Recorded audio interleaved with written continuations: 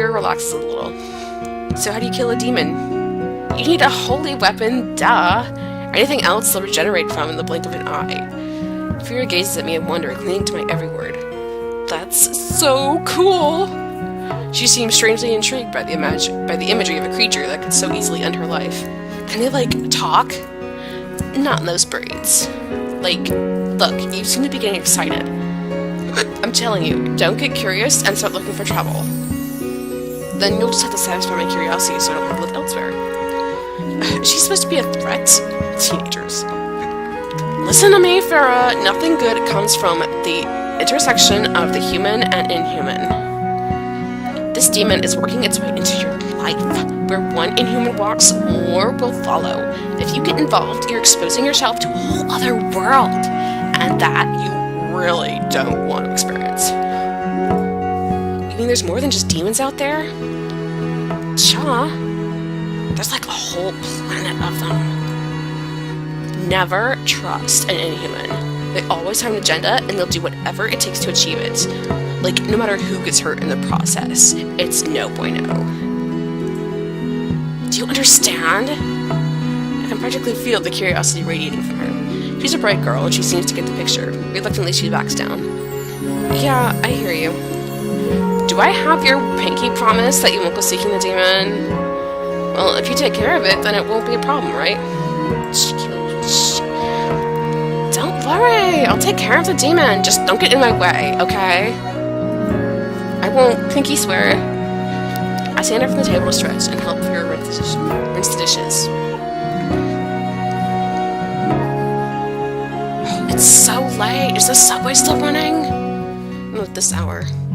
Oh, damn it. In that case, like, can I spend the night? It'll be like a little girls' night out thing. A girls' night in. Fira's eyes light up again. Sure, we've got a couple spare beds since, you know, my sister's missing. My father's gone. I could call a cab, but I have my own reasons for wanting to spend the night here. If I'm lucky, my theory will be substantiated before dawn. If Fira's lucky, it won't.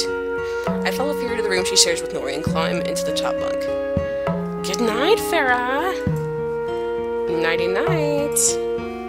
Translucent beads trickle down the nearby window. The gentle hiss of rain returns.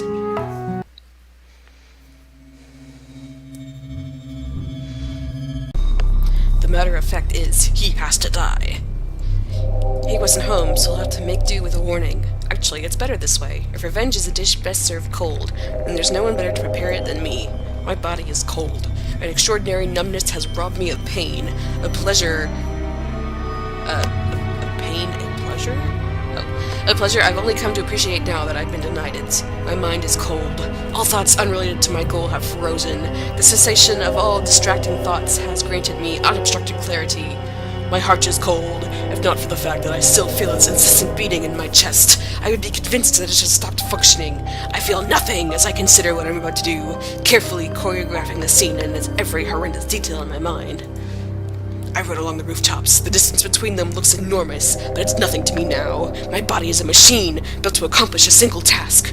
No obstacle as mundane as physical distance can stop me for long. Sometimes I slip and shatter my ankle, but it's alright. I don't feel it when it breaks. I don't feel it when it heals. My machine of a body is too well built to break down.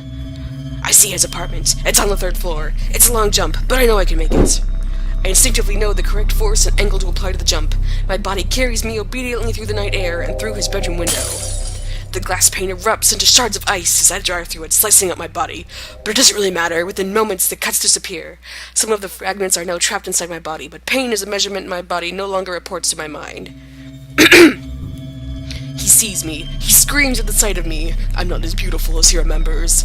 I can hear his heartbeat. He's afraid for his life. He should be. His parents are coming. They'll be here in a minute. They'll be too late. He scrambles out of bed and stumbles onto the floor. I advance on him. He reaches for the windowsill, but I grab his arm first. He shrieks at the sight of it. It's different now. It's deadly now. He squirms and cries as my icy grip wrestles the life out of his arm. In an instant, his arm stops flailing because it has been robbed of all heat, turned it into a useless stub of an extremity. The stolen heat floods my body and my heart thaws for the briefest moment, tasting his terror. I stomp on his frozen arm, causing it to splinter loudly.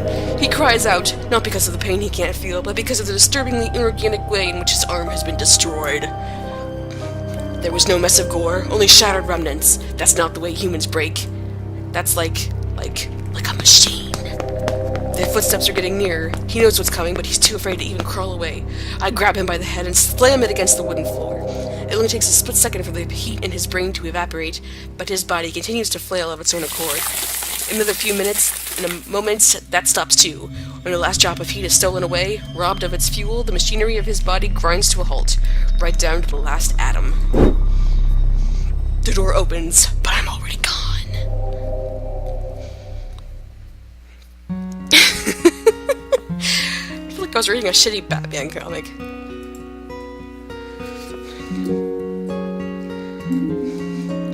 You're going to help us find Nori, right? You don't even know who this woman is.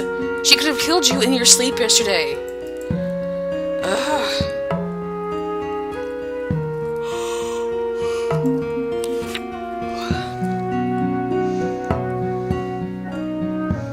Oh, good. You're that detective, right? Not exactly what I was expecting. I was hoping you could provide me with some information about your daughter to help me track her down, you wino. Well, like I said in the report, I'm sure she'll be back when she's good and ready. Nori's a good girl, always has been. She's never given us any trouble. But lady, she's missing! Oh, she does this all the time. Where does she go? Wherever she wants. You mean you don't know? Do you ever ask? Nori's a good girl, so I give her breathing room. She's a real angel. I'm sure she's fine. Look, do you have any idea where she might be? She's your daughter, bitch. I would think you'd be a little more concerned. I don't know. Alright, asking me the same thing over and over isn't going to change my answer.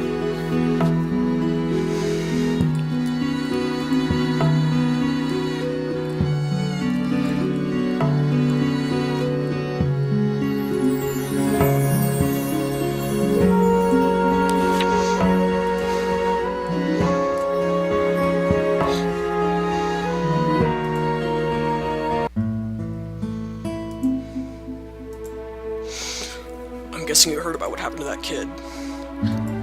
What do you know about it? A friend of mine from med school did the autopsy. She said it looked like he'd been dunked in liquid nitrogen. Said she's never seen anything like it. A Ronin?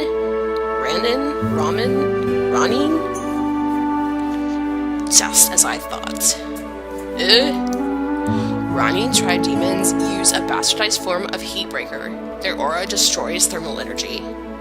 Were there any other victims? No, and that's what's got the police scratching their heads.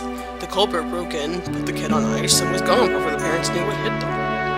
There was a search and destroy hit, but nobody's got dirt on the kid. No one knows who would want him dead.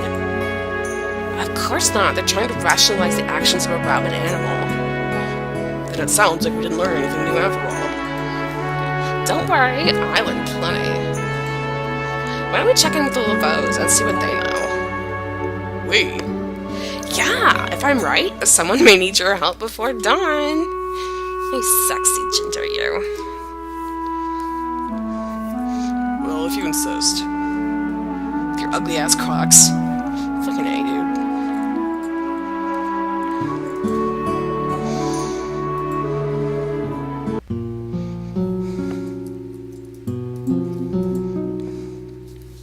Hear a bunch of user account info was stolen from Wyker Bank? Seems like a lot of people pick easy to guess passwords like significant dates. Yes, I figured that, thank you. I can't believe what happened to Roy. Who would do something like that? He and Jameson had a falling out recently, but Jameson would never hurt a fly.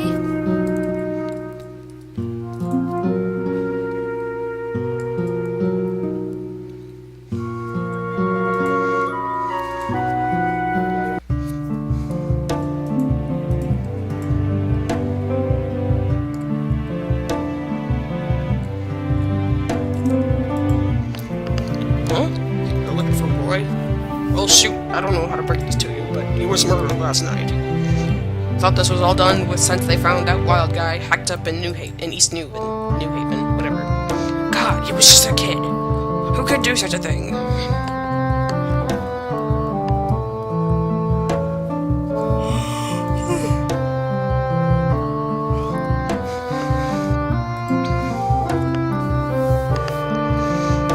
Did you hear about what happened out in West Farpoint last night? Someone from my school was killed. They said they have no idea who did it. And here's the weird part. They say it looked like he was killed with liquid nitrogen. What in the world, right?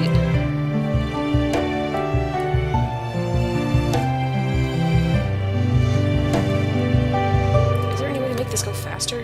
I guess not.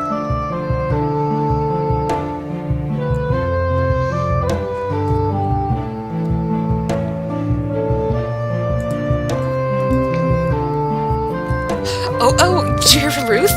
No, what happened? Oh, who did that? Lame.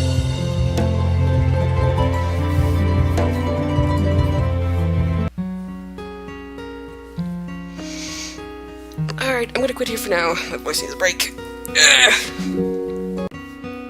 And we're back. What was I doing?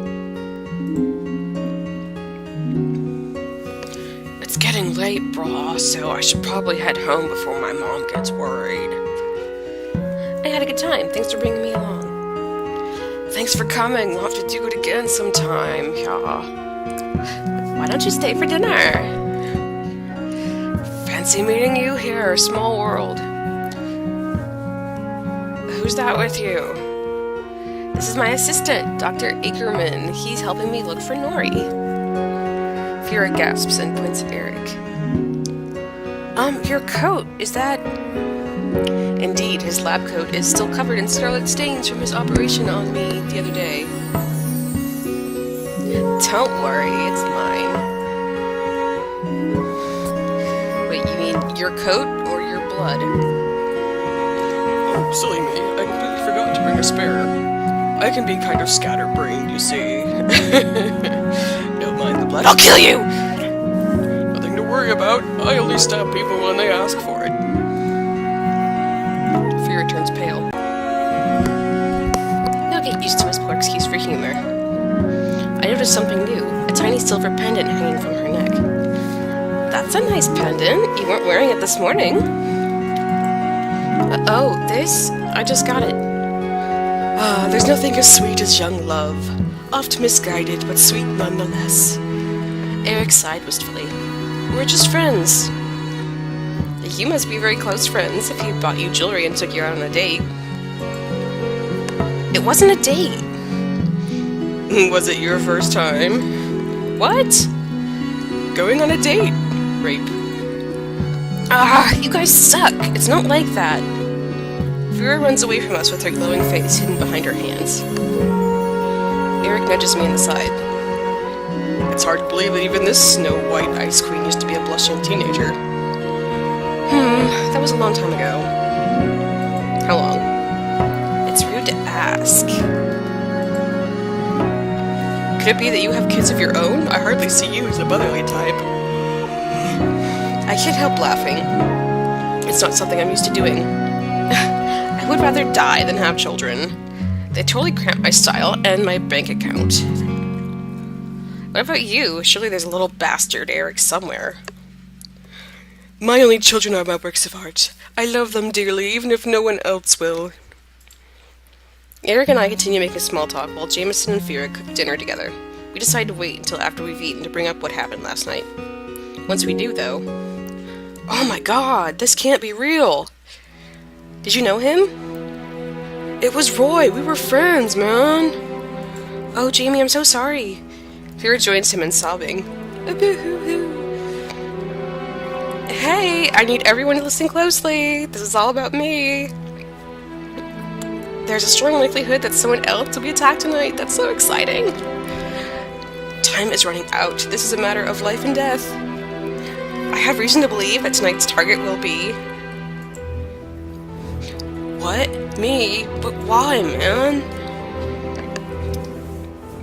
You should stay here for the night. It's not safe. Call your parents and tell them to stay elsewhere for the night, because, you know, they'll totally believe you. Jameson nods and after a few moments manages to compose himself to do just that. Jameson, what's your address? Huh? Why do you need it? I'm going to go steal all your shit, of course. Duh.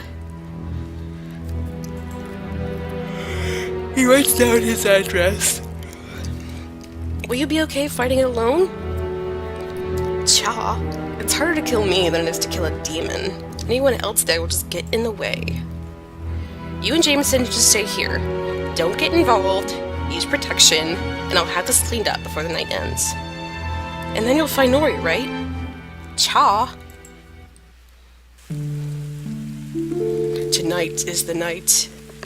It's raining. My bare feet splash through the pools of water gathering on the rooftops. Drops of warm rainwater trickle down my body, but of course I can't feel it. Then how would I know if it were warm? I run through the gentle rolling mist blanketing the city. Oh, I need a shower. My hair's getting greasy. In the distance, I make out the shape of his house. I'm nearly there. There's only one more building between my destination and me. My heart is pounding. I can't wait. I'm so close. I'm so close. A splash of water announces my arrival on the roof of the last building. I keep running. His house is right in front of me. I could never mistake it. I've been there so many times. But there's an obstacle in my way. I see her silhouette in the mist. I don't understand. Why would anyone else be here? As I draw closer, the details of her form come into view. No, that can't be right. How? The violet eyes, the white hair, it's all the same. But that can't be right. That's impossible. I saw you die. Should it really come as a surprise to you now that some people can cheat death? I can cheat on my taxes. I can cheat death. Sorry, but your rampage comes to an end tonight, Nori LeBeau. Words. Familiar words. Words that invoke memories of comfort. Memories of happiness. Memories of memories of memories of memories of... Oh, sorry. That don't belong. A machine shouldn't have memories. I know those words. A name. My name? Please, let me through. This is all that matters to me. You definitely weren't born a demon, girlfriend. You were a bright girl, brimming with potential and successful future. What made you throw it all away? If you say it's a boy, I'ma smack you right up your bitch head. None of that matters. No, I suppose you're right. Memories, achievements, hopes for the future. Cha, you're too poor to have them anyway. She's so stupid. The words she's saying are so dumb I could laugh. So I do. Ha ha ha ha! You can try if you want to, but I can't die anymore. Nothing can hurt me anymore. You can even cut off my head if you want. I won't feel it. Nothing can stop me from getting what I want, so you shouldn't even waste your time trying. She's laughing. She's laughing at me. I hate it. You're like a child who just got a new toy. So tacky. Let's see how well you can use it. Stop it, stop it, stop it! Get out of my way! I clear the distance between us and reach for her throat. I want to tear it out. Anything to make her stop. I don't want to hear those derisive words anymore. She's not there anymore. For that matter, it seems that my arm is no longer attached to my body. In a flash of movement so fluid that my eyes couldn't follow it, she drew a knife and severed the limb from the elbow down. What? A knife can't cut through your fucking bone? Not in one swipe like that. A spray of red starkly contrasts the hazy blue of the evening. Even as my arm falls to the ground, my body doesn't complain. A wound as insignificant as that won't stop me, let alone make me feel pain. Come on, ya pansy! Droplets of scarlet rain down to the ground, polluting the serenely clear surface of the pool of rain in which we're standing. Before it can counterattack, she thrusts the knife, still red with my blood, into my chest and pierces my heart. My body convulses against my will. Why? Why? It doesn't hurt, so why won't you listen to me? She's so close, I could easily tear her apart if I could just move. I'm falling, my legs won't hold my body up. Like, just because you can heal any wound doesn't mean that you can't be wounded. Duh. You've had that immortal body for days now, and you haven't even learned that much? I fall to my knees, my arm finishes reconnecting to my body. I try to curse her, but the only thing to escape my lips is fresh blood. She's right. Even if I can't feel pain, even if I can't die, my body won't function with a knife in my heart. Slowly, I force my shaking arm to move, and I clutch the handle of the knife. Even though it doesn't hurt at all, I utter an involuntary nonsensical groan as I try to pull the blade free from my chest. The knife turns cold in my hand, freezing the fresh heart blood on the blade. What's wrong with me? My body's supposed to be strong now. I can't feel pain. They said I won't die even if I don't eat or drink or sleep or breathe. So why? Why am I so weak? I try to pull the knife out of my abdomen, but no matter how hard I pull, I can't dislodge it. Oh well, it doesn't matter. It won't kill me. Her feet make a clacking, splashing racket as she tears through the mist toward me. I'm ready this time. Armed with a fresh knife, she swings at me. I catch the slash with my arm, allowing the blade to burrow deeply enough into my body that she won't be able to remove it without changing her position. She doesn't see this coming. She's wide open. I grab her outstretched arm with mine, and I feel her heat flow into me. My heart rate surges, and a foreign nostalgic sensation floods through my body. It's excitement. The matter constituting her arm comes to a stop, and in a moment it'll have swallowed up all the heat in her body. Careless. Using her free arm, she produces another blade from her rope and uses it to cleanly sever her own arm. She jumps backwards and rolls away from the counterattack. She cut off her own arm! What the fuck, man? It's clear to me now that my enemy is a lunatic. I pull her frozen arm off the knife that's still embedded in my arm and I toss it aside. Arms are going everywhere. It hisses as it's exposed to the warm evening air. The difference in temperature between her arm and the falling rain is so great that the rain might as well be boiling. While she's busy recovering, I make my escape and jump from the roof into the window of the adjacent house. The window shatters into a rain of ice shards, which assault my body. I roll along the floor and laugh.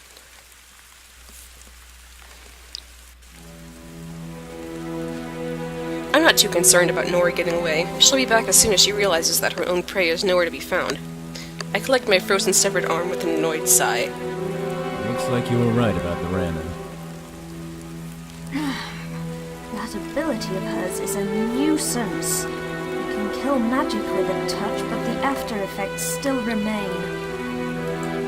Meaning that regenerating that frostbite is gonna take some time. I press my dead arm against the shoulder it was once attached to. After a few moments, my body's regeneration kicks in and reclaims the lost body part. What's the matter, Kaylee? I can't feel or move my arm just yet, but at least I don't have to worry about losing it. It's not dinner time yet, baby. It shouldn't be terribly long before it's in a usable state again, though. Special delivery from Mundus. Eric tosses a new dagger to me. I catch it with my still functioning hand. 100% grade A Belmont steel. She won't be able to regenerate wounds made with that. Are you hunting vampires now? Mundus humbly Marie. requests that you be gentler with this one. I'm always gentle. Kaylee! Come here, baby. Come here. Finally armed with a weapon that can kill my prey, I advance into Jameson's house. I sneak up the stairwell to the second floor and notice a bedroom with its door ajar. The moment my foot touches the second floor landing, I hear an unearthly cry of frustration from behind the door. Wasting no time, I hurry inside. Looks like my fan. What did you do with him? Why won't you let me have him? I told you before that you won't be getting your revenge. The fiend's transmogrified face twists into an expression of primal loathing and she screams, lunging at me. Nori! The unexpected sound of Fira's voice calling from outside stops both Nori and me. Nori's expression transforms into one of utter terror, and she makes for the window. Standing outside in the torrential rain, Fira continues calling out to what remains of her sister. No! No! No! Don't look at me! Nori ducks beneath the windowsill and clutches at her face, whimpering in a panic. Nori, it's me! We've been worried sick about you. Come home! I can't go home, Fira! Not like this. Not anymore. To both of our surprise, another voice joins Fira's, calling out to her from outside. If you have a problem, then you should confront it head on. Running away doesn't solve anything. Nori slowly stands up and gazes out the window in shock, gawking at the sight of Jameson standing next to Fira with an umbrella over her and her hand in his. Don't you dare! Nori screams again and leaps through the window. Her ankle twists in an unnatural way as her foot hits the pavement, but she staggers towards Jameson without flinching, a frozen knife in hand. Nori, why do you have a knife? Deaf to her sister's inquiry, Nori continues to advance towards Jameson. Her approach is halted, however, by Fira's stepping between her and her prey.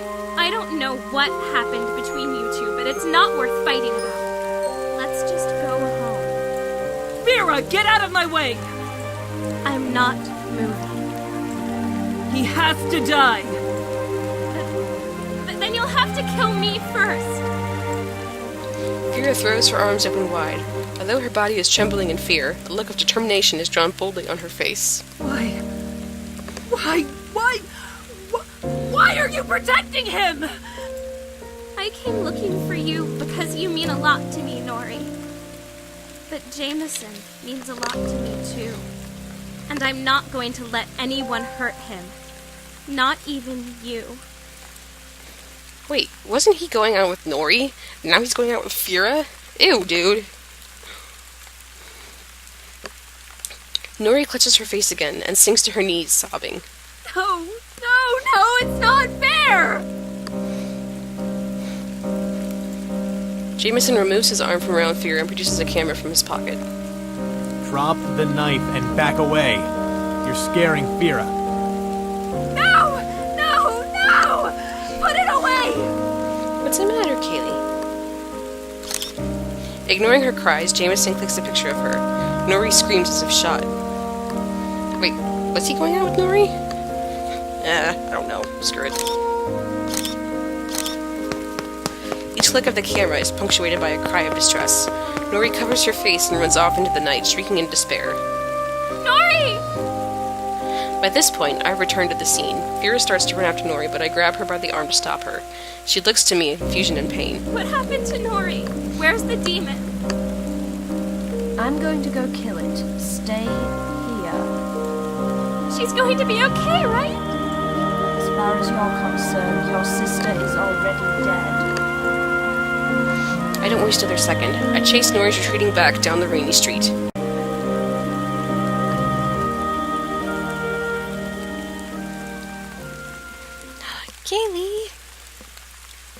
Kaylee!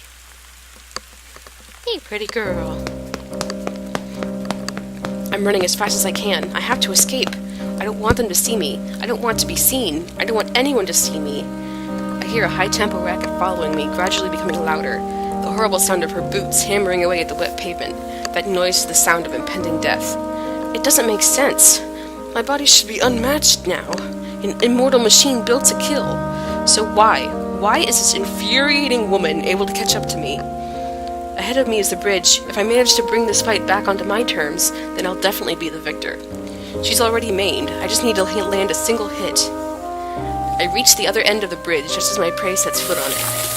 I grab onto the railing and a cascading wave of white and blue washes down the bridge as it freezes. The rain hisses and crackles down upon the frozen bridge, instantly freezing as soon as it touches the ground. Undeterred, the white-haired, one-armed maniac advances with no weapon in hand. I tear off toward her. Just before entering the range, I leap onto the icy metal railing. The lack of friction allows me to carry my momentum and slide past her. I vault off the rail and grab the back of her head. In this instant, I will put her to rest and end the mockery. But she won't allow me even that solace. I'm stopped just inches from her head when she turns and grabs me by the wrist. Why? I can feel her hair slipping between my fingers. I'm so close. Moreover, my hand is on fire with pain. How is that possible? Why can I feel pain? I yank my hand away from her, but this monster isn't done tormenting me yet. She grabs me by my shoulder, and an excruciating pain erupts from it. It feels like my arm is being torn off. I try to push her away, but she grabs my hand and throws me back. As the distance widens between us, the pain quickly dissolves again. Why does it hurt? What did you do to me? I can't stand her. She ridicules me and humiliates me and stabs me and stands between me and the only thing I want. What sin have I committed to deserve such a cruel tormentor? Why won't you just leave me alone? Leave Brittany alone! I launch myself at her and begin swinging wildly at her, but she casually bats my attacks aside with a single hand. I get it now. She must have the power to make things burn. but it won't work on me now. My body can heal any wound no matter how severe. Do you know why you're so weak? I'm not weak! I'm immortal now! I'll never ever stop no matter what you do to me! Much like a machine, a body will break down if you don't maintain it. Pain is a natural part of life. It's how your body tells you that it needs help. Your body is crying out to you, but you won't listen. Shut up! I don't have to worry about that anymore! How long have you had that body of yours? In that time, have you bothered to eat or sleep at all? Shut up! Immortals won't die of hunger, but your body will still grow weaker. You might not need to sleep, but you'll still get exhausted. You're weak because you've pushed your body past its limits. When I touched you, I merely corroded the magic numbing your body. Did you think I burned you? What you felt were your own body's cries of pain and neglect. You're the most pitiful demon I've ever seen. She draws a knife and starts to advance toward me again. My heart skips a beat. I instinctively know that the knife is somehow dangerous to me. I begin my assault again. The two of us exchange blows frantically in the cold fog. I slice through her throat, but it does nothing to slow her down. She manages to cut me several times, but my body will take care of it. I slide to her blind spot and try to grab her again. She drops her knife and seizes me by the wrist again. It's not working! Just as I try to withdraw and try again, she swings her leg around and kicks me in the stomach, hurling me across the frozen battlefield. In the distance, I hear her pick up her weapon and begin to sprint across the bridge toward me. Excuse me. I stand up and rush to meet her again. But I can't. My body just won't listen. I stumble and fall. I stand up again, but I only manage to stay on my feet for a fleeting moment. What's wrong with me? As I stand again, I notice several drops of blood dripping down onto the ice. The blood is mine. Where is it coming from? No, wait. God, I'm bleeding! It won't stop. Come on, you're supposed to heal, damn it! The cuts I've received in this battle haven't been healing? How can this be? What am I supposed to do? Why won't my power work on her? I'm supposed to be invincible. Why isn't it working? I'm scared. Someone help. Please. Man, Nori's voice actress is really good. Why? Why am I bleeding? My body refuses to listen. I stumble and fall. I stand up again, but only manage to stay on my feet for a fleeting moment. What's wrong with me? Nori! I hear the sound of footsteps approaching from behind. I turn to face their owner.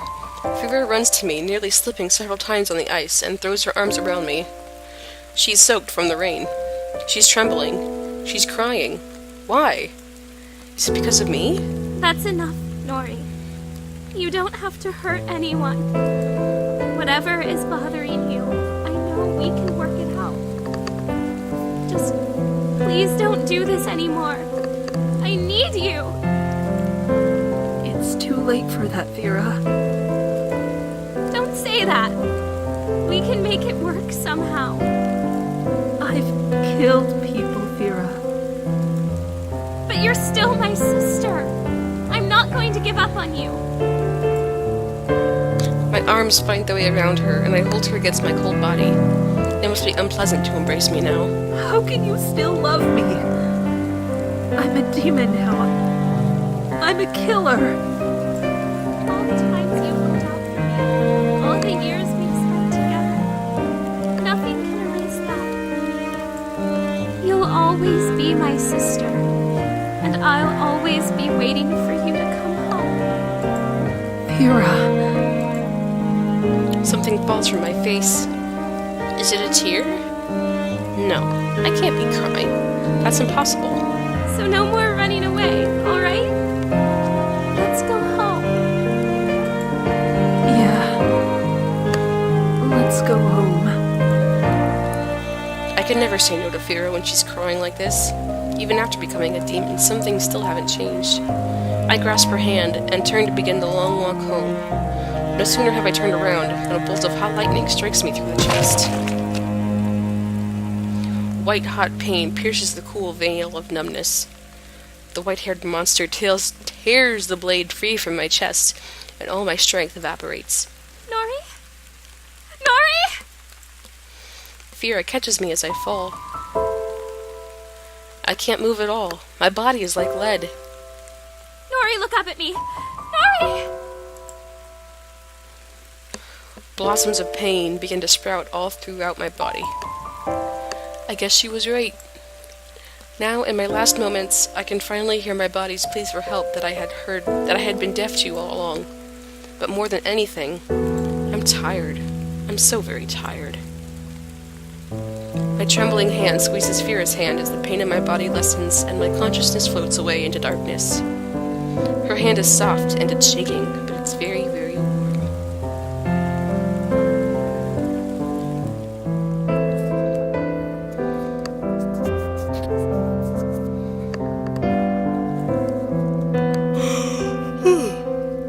Excuse me.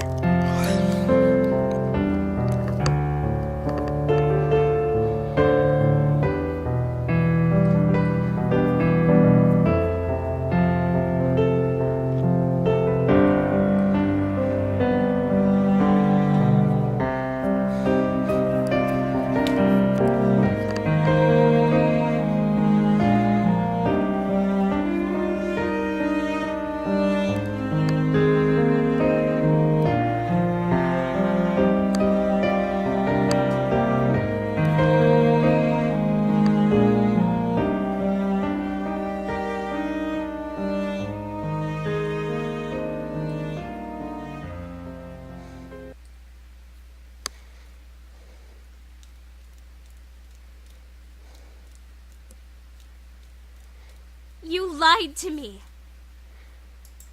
You were supposed to save Nori! You murderer! I told you, didn't I?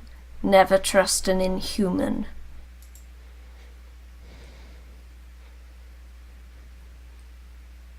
You're leaving already? The police will be here soon. Moreover, there are more cases that demand our attention. Let us make haste. But what about Nori? There is no saving a human tainted by the curse of a demon. Don't you think something doesn't add up about her story? What happened to her is not my concern. With the demon vanquished, I no longer have cause to remain here. So you're content to just leave it be? I'm not a detective, Eric. I'm a demon hunter. So long as the threat is eliminated, the motive is irrelevant to me. The question of why is a human affair, and I have little desire to waste my time on it. But still, don't you think? You're getting attached, Eric. Be sure not to make that mistake. To care is to be weak. Demons prey on the weak. The moment you let your guard down, you'll be eaten alive. Bum bum bum. Alright. Thanks for watching. I hope you guys enjoyed. And I'll be sure to keep an eye out for any future episodes. See you later.